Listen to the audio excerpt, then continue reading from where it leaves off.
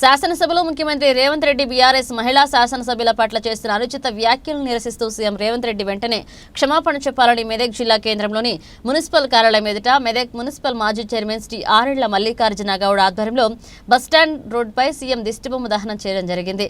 అనంతరం రహదారి నిర్బంధం చేసి డౌన్ రేవంత్ రెడ్డి అంటూ నినాదాలు చేశారు.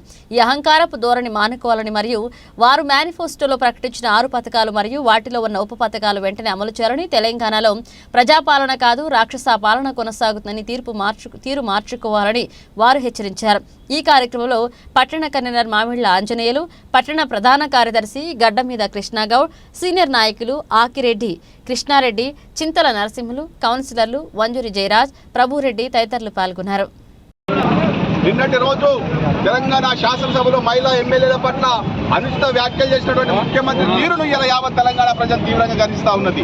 ముఖ్యమంత్రి రేవంత్ రెడ్డి పరిపాలన చేతగాక ఇచ్చిన హామీలను సరిగ్గా అమలు చేసే ఇంత జ్ఞానం లేకుండా ఈ రోజు అసెంబ్లీలో ఫ్రస్ట్రేషన్కు లోనై అటు ఎమ్మెల్యేల మీద, ముఖ్యంగా మహిళా ఎమ్మెల్యేల మీద నోరు పారేసుకోవడం అంటే యావత్ తెలంగాణ మహిళా జాతిని కించపరిచినట్టు, మహిళా జాతిని అవమానపరిచినట్టుగా ఇలా మహిళలంతా ఫీల్ అవుతా ఉన్నారు.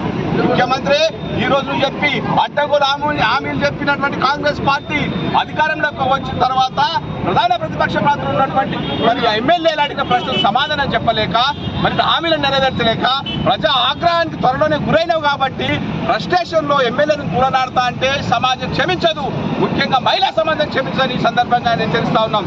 ఇదే పరిణామాలు ఇంత ఉన్నట్లయితే ప్రజాస్వామ్య పద్ధతిలో అసెంబ్లీ వేదికగా మంచి చర్చ జరగాలి, చర్చ జరిగే అవకాశం ఇవ్వాలి. అటు ప్రతిపక్షాలను గొంతు నొక్కే విధంగా ప్రయత్నం చేస్తూ మరి ఈ రోజు ఇష్టం వచ్చినట్టుగా మాట్లాడితే ఎక్కడికక్కడ కాంగ్రెస్ తప్పకుండా తగిన గుణపాఠం చెప్తా ఉన్నాం.